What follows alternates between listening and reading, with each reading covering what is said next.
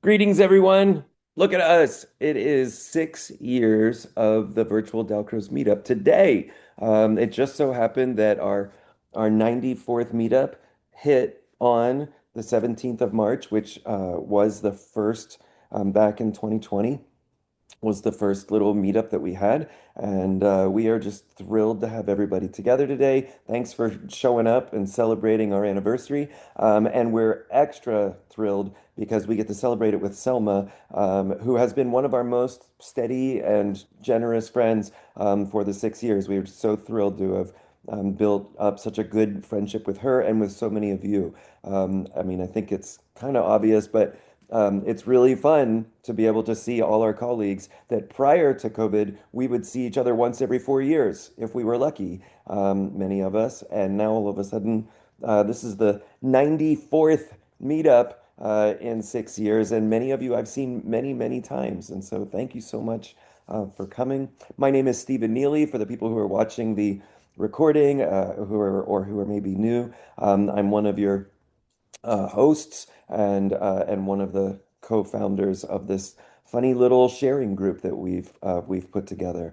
I have put in the chat the agenda, and we've got a couple things to get through. So we've always, pretty much from the very beginning, had this little routine of just introducing ourselves to each other, and it's extra fun because we get to meet some new people. And part of the idea is that I want everybody to recognize that it's a really mixed crowd, both geographically. We have people from, it is an international meetup. We have people from all over the world, all continents have participated. Um, and we intentionally cycle through the time zones so that different people who are awake at different times have a better shot of showing up not in the middle of the night. Although sometimes we have friends come in the middle of the night, which I know we have a couple of you today. And we are also mixed in terms of like how we practice this work. And so we have different reasons to be interested in Dalcroze ideas, Dalcroze pedagogies, Dalcroze studies. We have classroom teachers, of course, but also studio teachers and artists of different sorts. And then all sorts of people who don't need to have regular teaching positions. There's lots of reasons to be interested. So what I'm going to do is make, I think, three.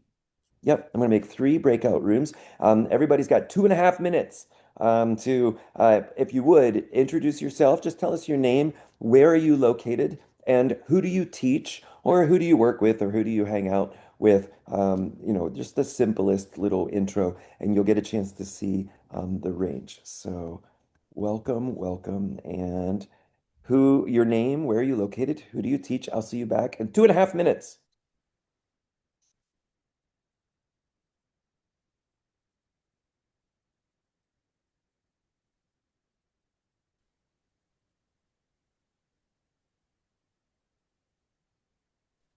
Here we go. Yeah. So good. That's Welcome okay. back, everyone. Um, so good to see you. Our couple announcements before we get into our content today. The big one is that Fabian Bautz's short course starts this afternoon, or starts in I don't know, 6 hours or so. If you haven't worked with Fabian, he is the most delightful gentleman. He's in Switzerland, and he has spent a fair bit of his career working with the children. We're working with little ones. And we've been running a short course series called Dalcroze Essentials, where the idea is that if you're new to these routines, these are courses that can just help you sort of start to understand what are some of the practices, how do things go. So they're really designed for beginners, although we have many advanced students who attend. And Fabian is just one of the best. So if you have a way to join it, there's definitely still time to register. If you register yet in the next couple hours, you could catch his first session live. And of course, you can always register for any of the short courses or master classes after the fact, and then just watch the recordings. And so we encourage everybody to check that out. The first of three sessions starts today. That's Dalcroze Essentials, Eurythmics in the Primary School. Um, and and again, it's a couple hours from now, the very first one starts. Our next meetup, which will be Meetup 95, is on April 7 or maybe April 8, depending on where you are in the world. And the focus on that is going to be on theater and Dalcroze. So we have some people who are sharing about their theater practice and the overlaps.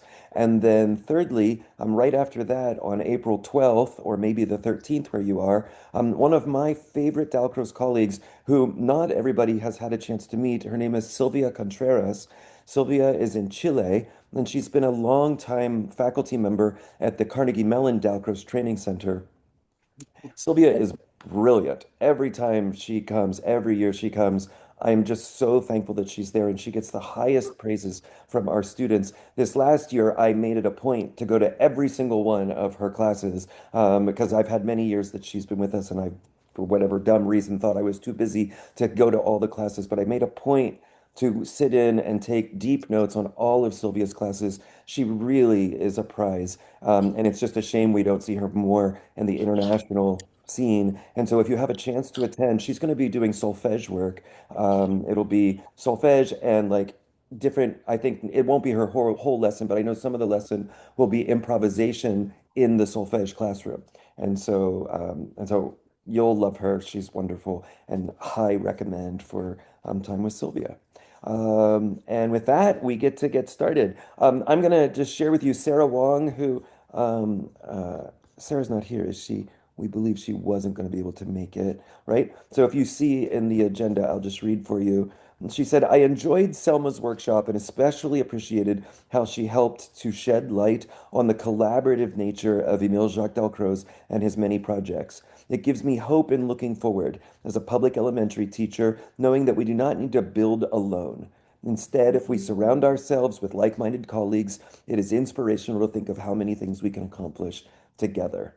And I think that's just a great way to get us started. I'm going to hand it over to Selma. If you just accidentally found your way to the meetup today, I'll just tell you, Selma ran a beautiful short course just a couple months ago.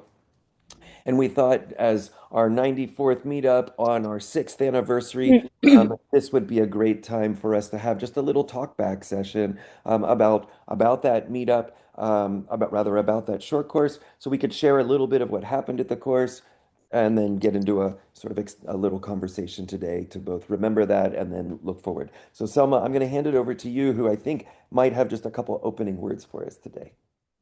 I do. I'm happy to help us celebrate VDM because it's just been such a lifeline. I think we all found during the pandemic, but then it's taken on a continuing life, and it's such an important way to maintain and develop connections. I have been so inspired by attending meetups and the short courses. I've been able to do several of the short courses taught by different people and many of the master classes. They have really become a virtual community, and it's sort of a hybrid, almost like being in the stimulating circumstances of a school or an institution of some kind, and or like being in a great workshop situation, or being part of a conference or a kind of gathering.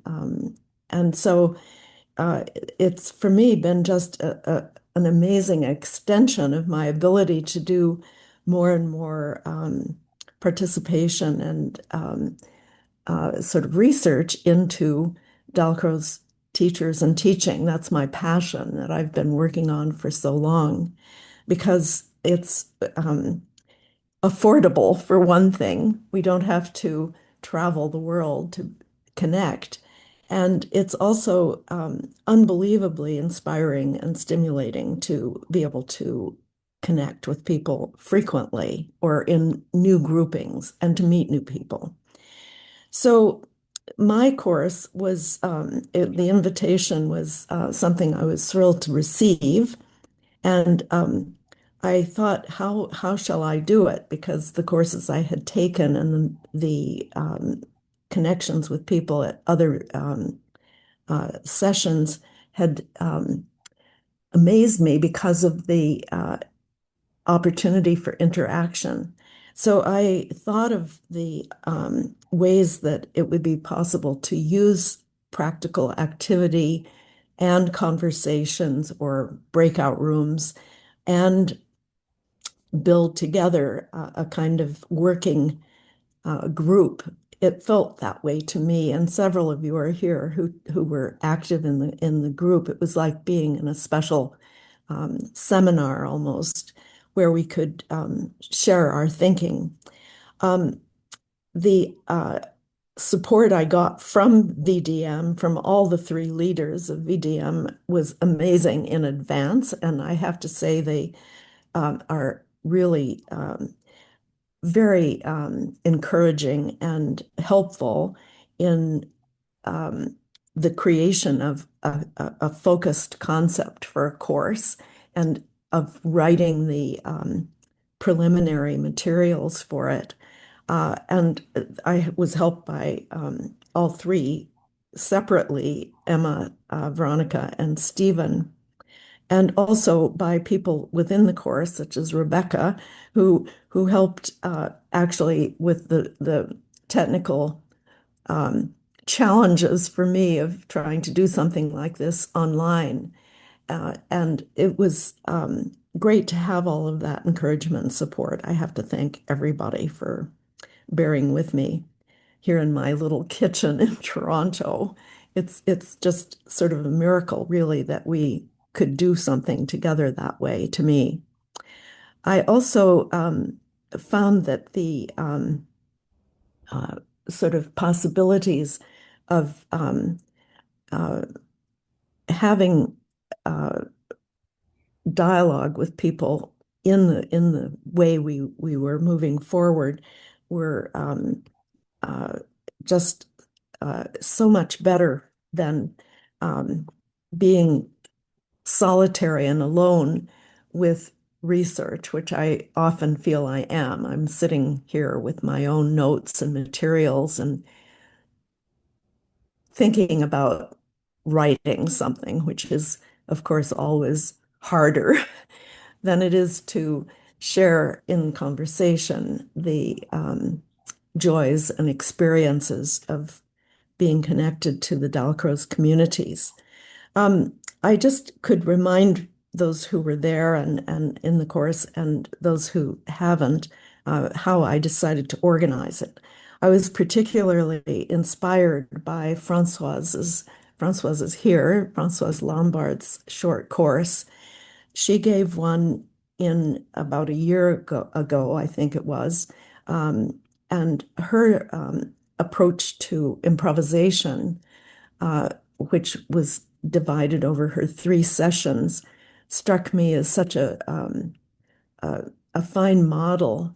I actually reread her materials and uh, was truly um, able to look up to her as a way of thinking of how to go for a focus and pursue it, really. She did that so well. And I chose to focus on something that she and I had actually had the opportunity to discuss. We had created a kind of ad hoc discussion group with Monica Dale, just coming out of shared interest. And in our conversations, we several times and in different ways talked about how important the social aspects of Dalcroze practice are. And that caused me to come to the focus I chose for my short course, which really had to do with personal experience and the um, experience of moving together with other people in the first session, and then experiences of collaboration, which occur as people do things in Dalcroze study situations or in organizing their teaching and their communication of it through demonstrations or ways that they share the work outwardly with more people through workshops, etc. And then finally, the third session focused on communities that had been very important in the development of the work in the first place in Geneva and in Germany, Dresden, Hellerau, um, the focus of a lot of my own research, and in later communities as time evolved. And in particular, I guess through the whole course, but also especially in the last course, kept a focus on Hellerau, the site of so many important interactions of unbelievably creative people in the time period between 1910 and 14 who branched out and sort of spread the world and um, began new communities and new schools and new work in many countries and places. And so um, I emphasize them. By the way, I've noticed from looking at the video that I have a terrible habit of glancing up to the left diagonal, which is a way of looking for inspiration or the next word. And I had to laugh while I was looking at one of these yesterday. I realized that this is actually a ridiculous uh, gesture, but I'm always hoping that a new idea will come to me from above. And so I did put the spotlight on the Canadian Dalcroze community quite a lot in the third session, the one that I'm very much part of, and as a participant, not as a teacher, of course, and as a supporter. And the colleagues here who have been absolutely steadfast in supporting experiments that I have tried. Cheng Feng Lin is one. He was particularly loyal and very interested, and we have tried several different times to do things together, working in a practical way.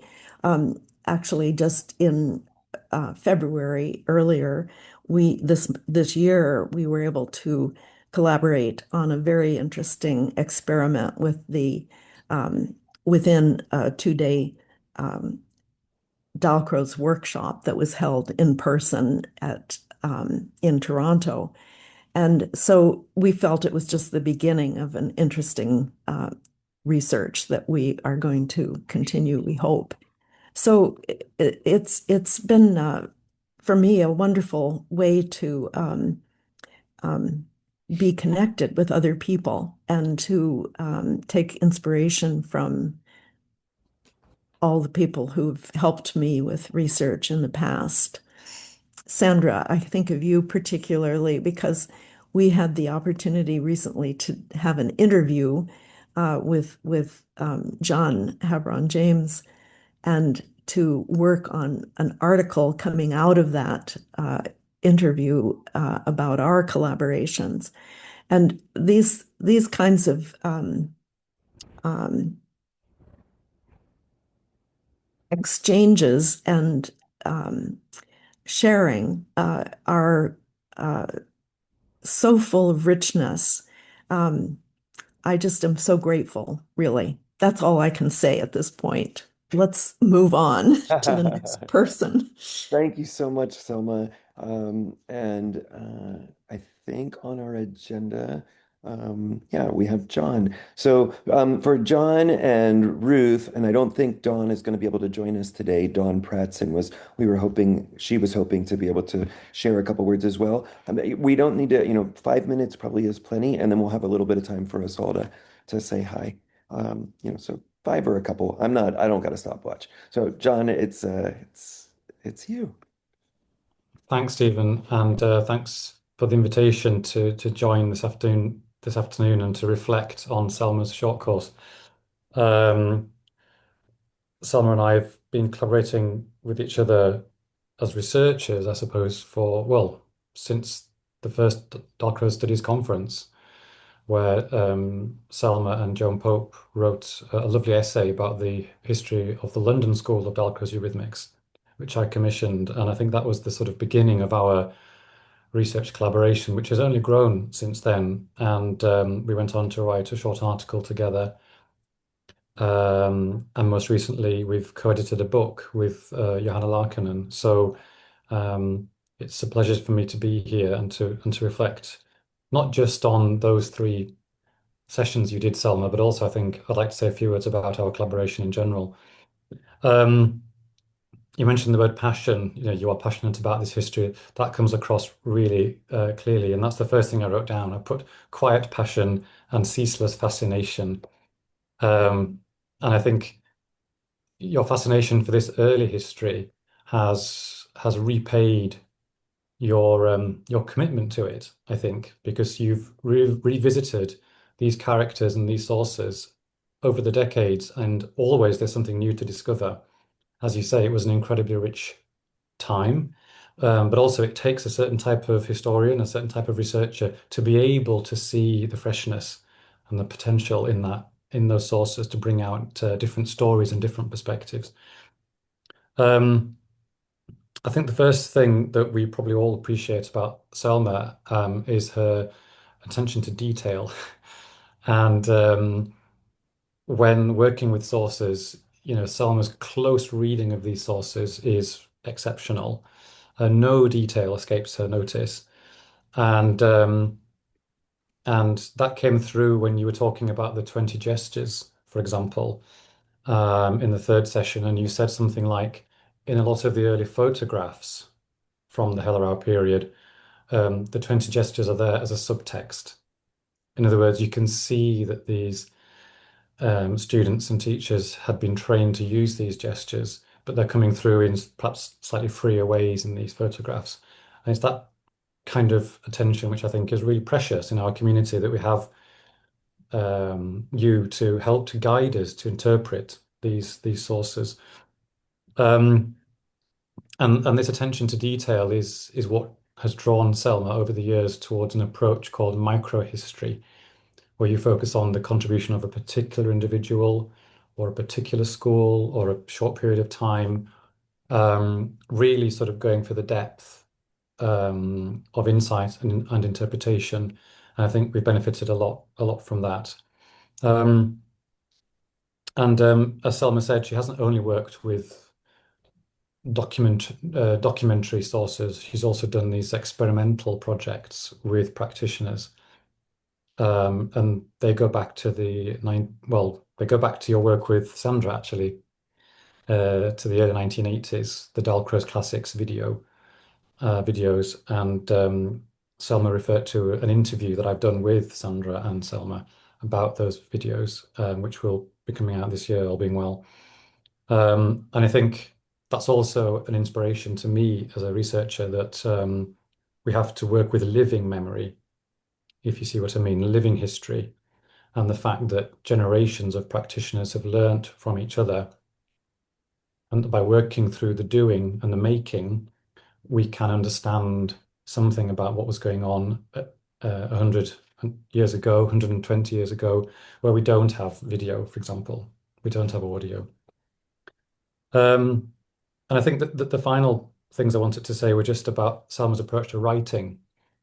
Um, and having worked with her now for more than a decade, I've come to a deep appreciation of her approach to writing.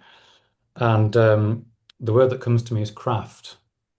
And I saw this when we were working on the book, because we had to say a lot in actually very short chapters. Sometimes we had 6,000 words per chapter, and it was quite an education to work with Selma and see how she planned some of these paragraphs sentence by sentence. There were certain things that had to be said and said in a certain order, and we only had so many words to do it in. So really demanded this level of attention to planning.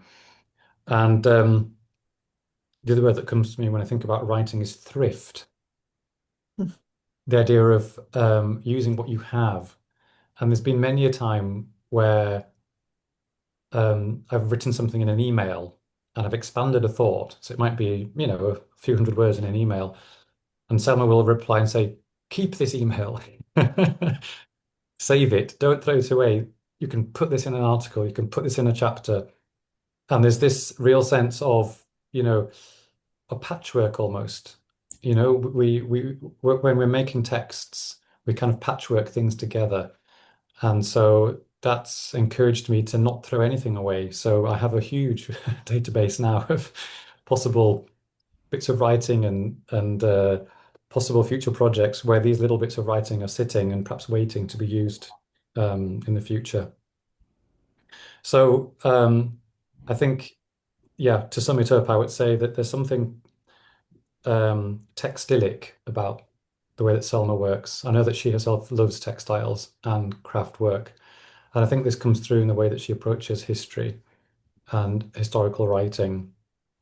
And that for me brings an aesthetic dimension to her work. It's never purely intellectual, it's never purely analytical. There's always a sense of beauty about the way that she makes these texts, the images that she chooses to go in them, and so on. And all of this has been, as I said, quite an inspiration to me. So thank you, Selma, for that short course. Thank you for your collaboration and your encyclopedic knowledge, which we, all of us, from time to time, come to you to benefit from. You are a reference point for many and a true mentor to me. So thank you. Thank you so much, John. Um, when we put our little word out to some friends, we made a point of saying we don't need anything formal. We just wanted, have you had a couple thoughts about the short course and the themes and ideas that came up with it? Could you share? And Ruth Alperson was willing to give us a couple ideas. So Ruth, the floor is yours for a couple minutes. Thanks. It's really a pleasure to thank Selma again for that short course. It was wonderful. And at the end, I called it In the Kitchen. And there she is in the kitchen. The reason I called it that is because when we were first dealing with COVID and having classes in our, living rooms alone, it was frustrating. But wonderful to do whatever we could do. But we've adapted now. So even though we don't have a large room with our colleagues and can't move with everybody else, we've adapted now. And so we can work in the kitchen. And Selma's work in the kitchen was expansive, even though it's not a big space. And I also wanted to add how modest she is. She comes across that way. She's right there with us, learning with us. And there's so many phrases she used along those lines. She talks about experimenting with expression and exploring. And she talked about, not using drills. We don't do that in our Dalcroze world. And also there's something else you talked about, Selma, that I'd like you to clarify, the imaginary sphere. Moving in the imaginary sphere. I'd love to hear more about that. But the understanding she has of the body is unique in our world, being a professor of dance and a dance historian. So Selma brings so much to us that we may not have in our experience now as Dalcrozians. So I very much appreciate all Selma brings to us, which is, as John mentioned, not only encyclopedic, but in her person, just wonderful to experience. There's so much to talk about here and not lots of time. I thought I'd focus a bit on Dalcroze's writing about joy, because I think one of the qualities that's essential in our teaching is that we be focused and yet very relaxed in certain ways, really enjoy our students and enjoy what we're doing. And uh, when Selma talks about experimenting with expression, that says a lot to me about how to work with children, because children love to be expressive wherever they are, even 2 year olds and older children. And I love the way we can veer away from technique and really talk about being musical, feeling the kind of aesthetic of this wonderful approach. I feel like I'm being too general now, but I have so many notes here in front of me. I don't know what to concentrate on at the moment. Um, I Dalcroze talks about losing one's self-consciousness, that's important in this work. And when we were moving in the kitchen, so to speak, I think I was feeling very free then. And Selma, when you look to the left and you look up, we like to go there with you. I mean, when you did that, I thought, oh, what's next now? And it was just delightful to work with you and be with you in the kitchen. Um, so, uh, I'll add one more element here, which is very important, and that is the history of Dalcroze that Selma brings up, which is very important because Dalcroze himself had to be uh, imaginative and reach out and find his way through to this methodology, starting with seeing how dynamic his students were when they were outdoors after class talking to each other, very expressive and gesturing. But what happened to all of that when they came into the classroom? And, we're sight singing exercises. Not That's not his classroom, it's other people's classrooms. He wanted to be able to take all that energy and expressiveness and help the students bring that into their music. And so the history around that, including people like Adolf Appia, is very important. Appia was a stage designer. His field was drama, and I have read about his experiences at first seeing classes and demonstrations of Dalcroze's work and being moved to tears, seeing it, and then coming up with, the notion that he absolutely had to use music in his thoughts of stage design and in the world of drama. And there was a wonderful collaboration there. These are all parts of the history that help us understand how Dalcroze's methodology evolved. And there's a lot more, and I'm talking about what Selma brings to these sessions. And so anyway, by way of thanking you and thanking Stephen for organizing these wonderful meetups so we can have these experiences. I just feel grateful, and I see so many people here with whom I have a history. Hi, Sandra. We went to Geneva together. And anyway, there's more, but a lot of you will say that more. So thank you. Thanks, Ruth. Thank you so much. Thanks everybody for being here. Whether you attended the short course or you did not, we're interested in a little conversation. So if anything has been spoken just now in the last 20 minutes that you'd like somebody to talk a little bit more about, or if there was just an idea that occurred to you, you hadn't heard that, this is allowed to be a recap of the short course, but it's also would be quite exciting for any kind of new ideas or new questions to come up that maybe weren't covered in the short course. We are a community and are just happy to have a little bit of time to be together. We have 22 minutes to get a couple ideas across. So does anyone want to ask a question or share an idea that has popped up here in the last little bit?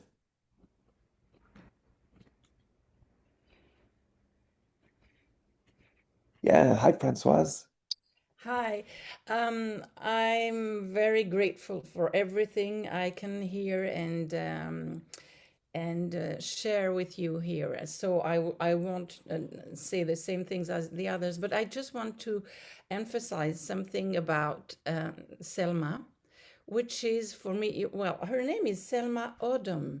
And if I make a contraction of that, I could say something with seldom. Seldom is a schwa, you know. She has something very seldom. Well, I mean, I don't know so many researchers, but I can just see that Selma brings together a quality of, well, she's an intellectual person, but at the same time, she's so human, and also she makes relations also always through affection. There is to me a very important aspect of Selma, which is her heart. I mean, and you feel that in her enthusiasm and her openness. Um, well, you know what I mean. Okay, I just wanted to add that. Thank you. Other ideas or notes? Ruth, you had asked for a specific phrase that had the word imagination in it. Do you remember what your Yeah. words are? Oh, yes. Selma, you were working about moving the body in the imaginary sphere. There we are. And We can do this right now as a little exercise because I realized we were rushing a little bit at the time we were discussing the early Jacques Dalcroze publications in which he um, refers to the space all around the body. If you put your arms up as high as you can and take them around as far as they will go to the side and as low as they can go alongside. Or if you think of your standing body as the axis of a sphere that is, where you can reach in all directions, you have what he called the imaginary sphere. And this was drawn beautifully by one of his colleagues, a former student in the early days named Tevena, who illustrated for his early books. And it's the concept that we know more normally, I think, as kinesphere, which is what Rudolf Laban called the same thing. And he uh, had contact, of course, with the Dalcroze early work through his relationship with Suzanne Perrotet, who had been one of the earliest Dalcroze um, student colleagues, the group of people who helped him really make and physicalize the um, movement work in the practice. She brought, when she met Laban, which she did in 1912, which was when she was a faculty member at the Dalcroze Institute in Hellerau, Germany, she brought Laban to visit, and so he came and saw the work in its state as it was at that point. But she then, as well as another of Dalcroze's earliest students, Mary Wigman, who became one of the really great leaders of dance in Germany. Both of them actually left Dalcroze to work with Laban. So they were part of the development of Laban's work, really. They're sort of unacknowledged very often in those histories, but really they were working together. It was a new collaboration. But some of the concepts of space, time, effort, energy, that are most known as the work of Laban are really in an earlier form present in the Dalcroze teachings that were overlapping with it. So the kinesphere I've been thinking about this for a long time because I hear this word very often in dance situations, in conversations, people talk about the kinesphere. It's the bubble, the spherical bubble around the standing body or the sitting body. As far as you can reach, you can imagine yourself in a bubble. And it represents the extent that you can reach. If you yawn or if you stretch to the very limit of what you can touch, that's the kinesphere. And it's a very dynamic and important concept, I think, still to a lot of people in dance sessions that I take part in live dance activity all the time still, even though I'm quite aged at this point. But I hear that word often. People will just say, something like spiral and reach back as far as you can in your kinesphere and create that sort of sense of the person in space. How big and how far does the person in space extend in the body, by the body? Does that clarify, Ruth? You're muted. Yes, it does. Thank you very much. Yeah. He used the term imaginary sphere. Well, I like Jacques that. Dalcroze did. Yeah. Yeah. Oh, nice. Other thoughts?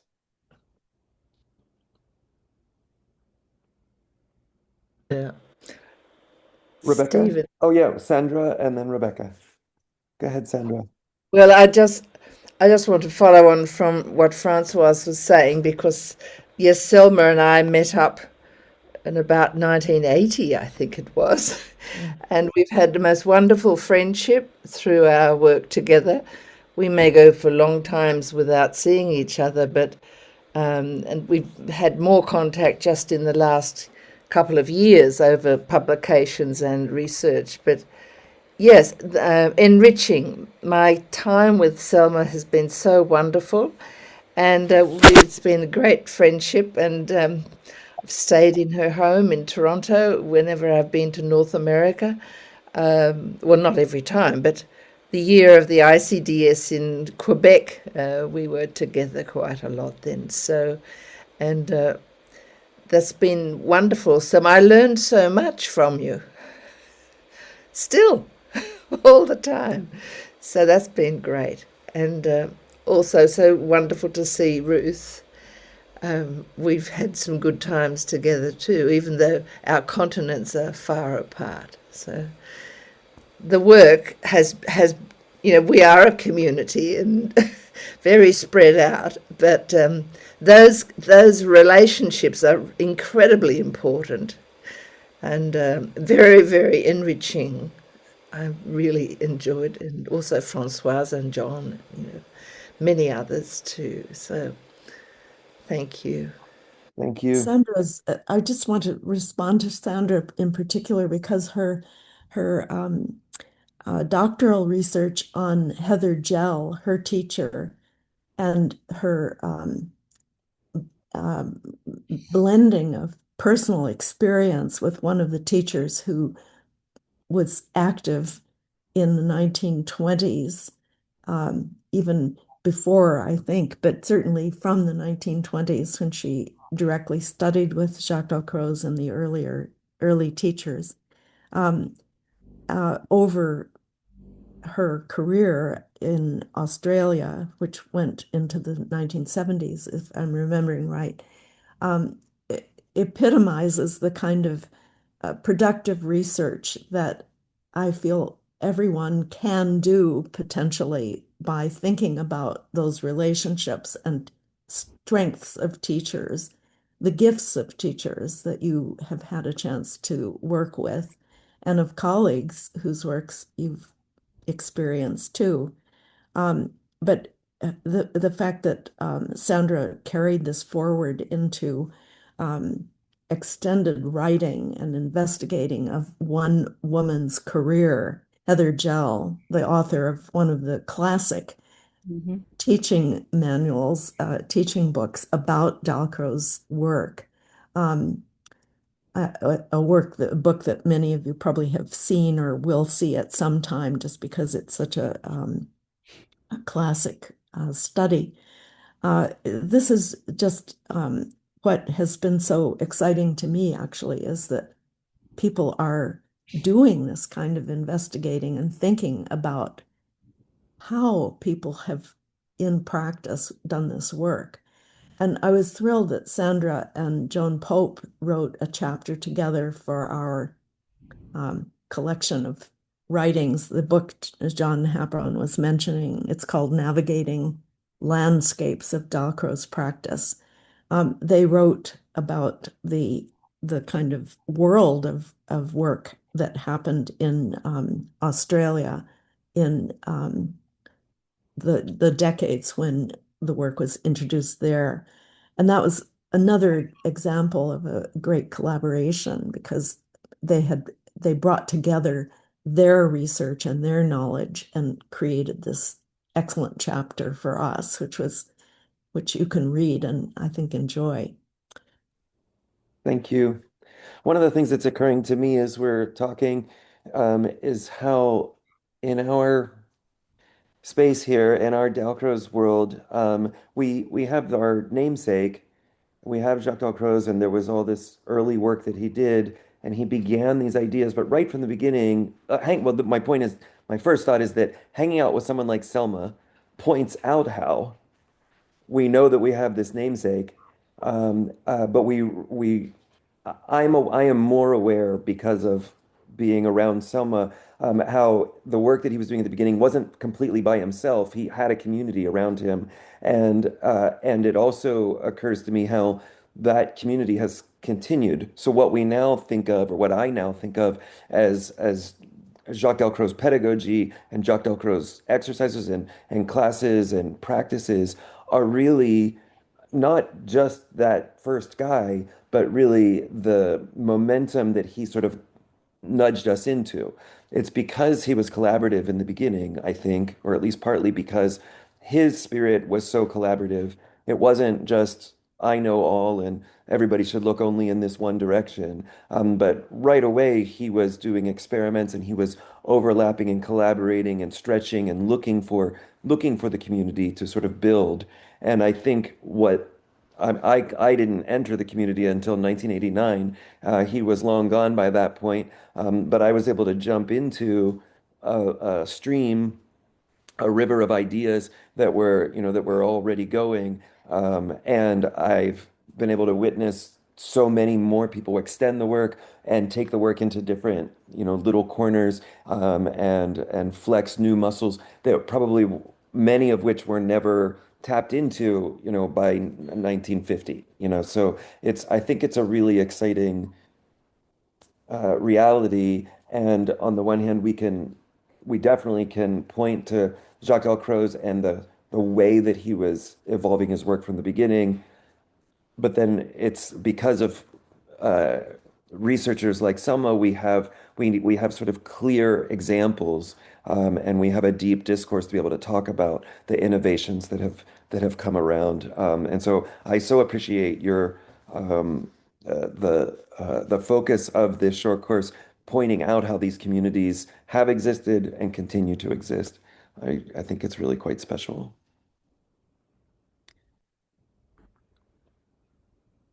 Other ideas? Yeah, Ruth. Um, I so appreciate, as I'm sure all of you do, the international aspect of our community, which is shown in part right now. Um, I'm so glad, Hader, I recognize you from other workshops, I believe, and it's exciting to me that you're in Tunisia, and there are people who are here from, I guess, Japan. Megumi, are you in Japan? Or did you say you were in China? Somebody's in China. Anyway, Oh, I can't hear you. You turn on your, yes. Yeah, I'm there at the moment. I'm from Japan, Uh, but it has for the 10 years ago that was in Hong Kong. Uh, So it has for the Hong Kong for the 13 years, and then before that I went around for the 8 years, and then back to for the Japan. I'm Japanese actually. mhm, So yeah. And then for the just for the training for the Dalcroze. When I coming back Japan, I started for the training and for the teaching for the using for the try to using for the dark clothes for the kindergarten students. mhm. That's wonderful. Yeah, Anyway, it's exciting to see people from yeah. so many different places. And it's Mm. not that big a meeting, but we have a lot of representation from different continents here. So thank uh, thank you, John, also for enabling that via the virtual meetups and other productions you've been creating. Yeah. Well, Stephen deserves all the credit, Stephen and his colleagues, for coming up with the VDMs. That was Yeah, an well, inspiration. we have these couple, there aren't that many, but there are a couple really significant crowds. The VDM, I think we've caught a little bit of momentum here, 6 years in, not too shabby. The ICDS that John founded and that many of us are very active in is coming up on the first was 2013, right, John? So we are so we're 13 years in to that initiative and are so excited for our next international conference, which will be in 2027 in Thailand. So everybody should pencil that in. That you're going to come to Bangkok in June of 2027. We're very excited for that one to come. And obviously, we have the Institute in Geneva that has its international congress. But there's only a couple of these larger forums where it's intended to bring in the international community, and we're just really proud to be a part of that. Um, we're getting almost at the end of time here. One of the things I just want to maybe bring up for one more little bit is that it was noted how Selma not only has been a historian writer, but her research has also involved practice. And I love it as a story, and I love it as an example for all of us. Your collaborations with Cheng Feng, it's, I think if you haven't come up in academic sort of university researchy spaces, if you haven't pursued your PhD, it doesn't occur to everybody. It definitely did not occur to me for so many years that I am a researcher. I could be a researcher. I have multiple ways in. There's more than one path in. And so I just love that so much of Selma's work I think of as kind of classic historian stuff. We're finding documents and we're reading them and we're synthesizing them and we're gonna, write some editorial about the things that we found and reveal to you the little bits. But then these other arms of her research which have involved sort of unearthing bits of ideas and then trying to redo it, trying to practice it again, trying to explore what would be the live version of this and what could we learn if we tried it again. It's sort of you're supposed to be able to replicate other people's experiments in STEM. If someone says, I did an experiment and I came up with these results. The part that makes it science is that everybody else can go and repeat your experiment and see what results they get and if they match or they don't match. And so, Selma, maybe with our last just 2 minutes here, will you tell us a little bit about what it's meant to sort of uh, rebuild some of these old experiments and what it's like to learn something out of that? Sure, this would be a good moment because these experiments seem to continue in strange ways sometimes. I had the opportunity in 1990, 1991 to work with Richard Beecham, who's a theater historian, a specialist who has done a great deal of work on on Adolf Appia. And he and I worked together with Karen Greenhead, who's the leading Dalcroze teacher in the UK, um, on a production of Orpheus of Gluck in the Warwick Arts Center at the University of Warwick, which is where Richard then was a faculty member. and we staged it. I mean, it was Richard found the funds to rebuild those remarkable stairs that they had at the Hellerau Institute in 1912-13. And we didn't think of it as a reconstruction as such. We thought of it as a recreation. We revisited the sources that exist and tried to put them together. And it was an incredible experience that we had to bring a living audiences to come and see this work. And a number of the people who had helped me so much with my research in England on Dalcroze teachers and the London School of Dalcroze eurythmics, that was the topic of my PhD thesis, came to see it. People like Elizabeth van der Spar, and it was just a kind of dreamlike experience to work on it. And the reason it's come back around yet another time is that Richard and I just recently have been approached by a Dutch theater historian who's going to be including a small scene from the chroma key experiment that we made with it of our production of Orpheus in a virtual exhibition on theater history of the 1920s, which will have a whole room in the exhibition of Appia, on Appia's work. And so he got in touch with us, found us, and got us on board to let that small 2-minute segment be shown in the exhibition. So once that happens, I can send you the link, anyone who's interested, and you could have a quick look at it. But that was yet another collaborative piece of the puzzle. I was very fortunate in all my teaching at York University in Toronto until I retired of having very positive students who were always happy to try things collaboratively, and that's the kind of thing we did. So good. That was a student-made scene with chroma key technology that we did in about, I don't know what year exactly, around 2000. Oh, Anyway, it sort of keeps going because it's possible to among other things, because of the internet, to communicate with people and to have these kinds of opportunities. so These nice. things didn't exist 40 years I ago. know.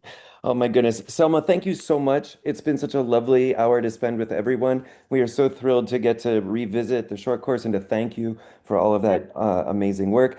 Thanks everybody else for supporting the VDM. Thanks for coming. Thanks for coming back.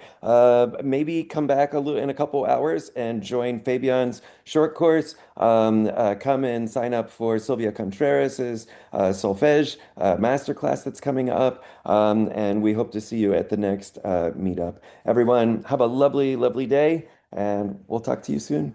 Thank you. Thank you so Thank much. you.